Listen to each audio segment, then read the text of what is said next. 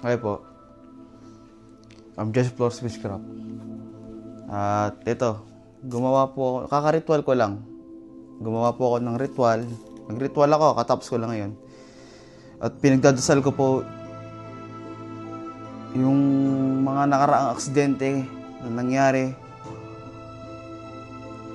dun sa van, saka dun sa bus. At ito, ngayong umaga lang, ngayong linggo lang, merong isang tatay na grabe, hindi ko naramdaman ko yung sakit ng tatay kasi tatay din ako eh. Kahit nga hindi magulang makaka-relate sa lungkot. Pinagdadasal ko yung mga namatay, lalo na yung bata.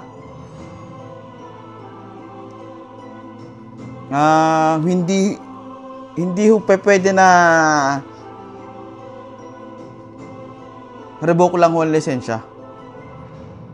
May mga namatay po. Dapat mong may managot. Hindi po pwedeng revoke license lang for 19 days. Mga bobo ba kayo? Ha? 2 buhay yung namatay. Bata yung isa. Tapos, revoke lisensya lang. Hindi pwede yun. Manslaughter yun. Kaya sabihin involuntary, manslaughter po yung mga yan. Dapat pong may managot dyan. Hindi yung matutumbasan ng pera ang buhay ng tao. Hindi po. Yun lang, suspension. As yung bus driver, medyo naiintindihan ko pa. Hindi siya addict eh. Hindi siya addict. Kaya siya nakatulog. Ang dapat managot doon yung kumpanya. Ito namang nangyari kaninang umaga. Sasabihin ng lalaki? Ha? Sasabihin mo? Na nakalimutan mo, nagkamali ka? Hindi pwedeng ganun lang yun. Kaya pasensya ka na. Yung ginawa kong ritual ngayon eh hindi lang para doon sa bata at pangangamatay. Ito ay para din sa mga taong dapat managot. Wala akong in-name drop. Wala akong... Hindi ito banta. Ito ay pangako. Dito nyo makikilala kung sino at anong kapangyarihan ni Jesse Flores Witchcraft. I-track down nyo yung mga taong yan. I-track down nyo yung mga taong yan. Tignan nyo ang mangyayari. Diyan sa kumpanya na yan.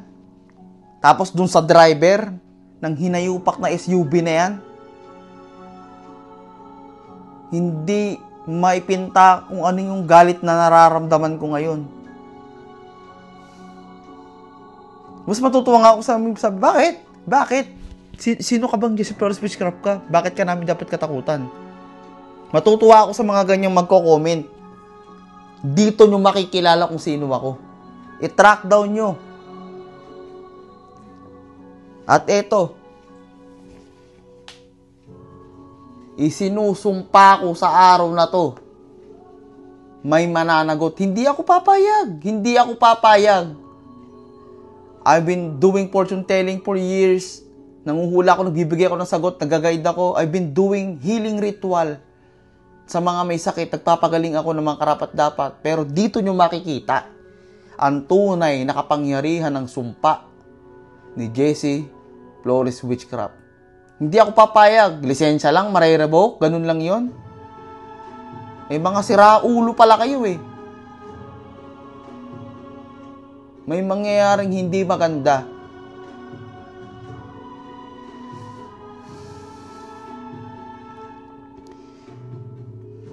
Yung ginawa kong ritual, hindi lang yan para sa kanila. Para rin sa mga mananagot.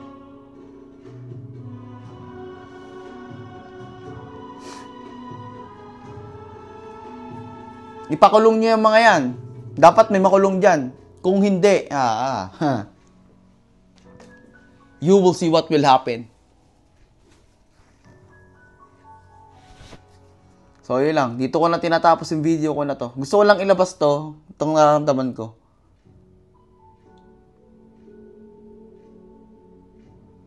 Dito nyo makikilala kung sino talaga ako.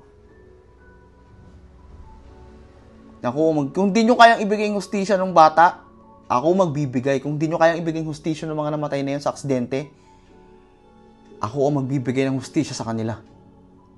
Kung hindi man kayo naniniwala sa mga ganito, mga hula-hula, mga ritual-ritual, wala akong pakialam. Basta't gagawin ko ang trabaho ko. At gagawin ko to para sa inyo. At wala rin akong pakialam sa mga sasabi na, di ba faith healer ka? Bakit magpapaka-witchcraft ka? Choice ko na to. Diyos na ang bahala sa akin. Iisipin ko na lang na gagamitin ako ng Diyos para sa... patay sa akin tong mga to. Yun lang, suspended lang. Hindi. May mananagot. Merong dapat managot at may mananagot talaga.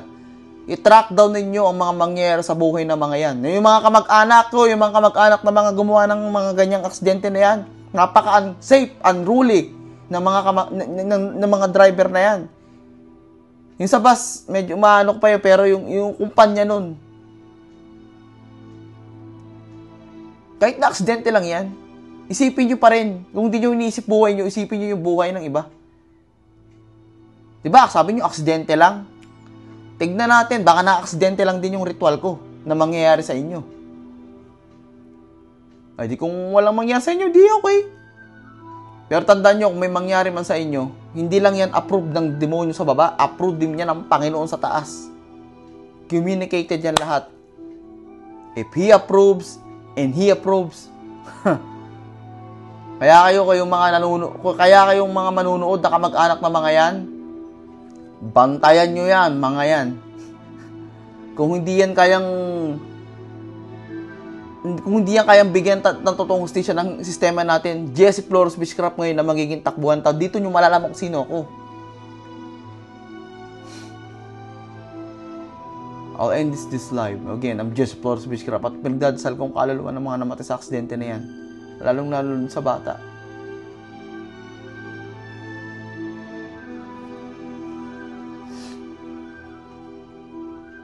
I'm Jesse Flores.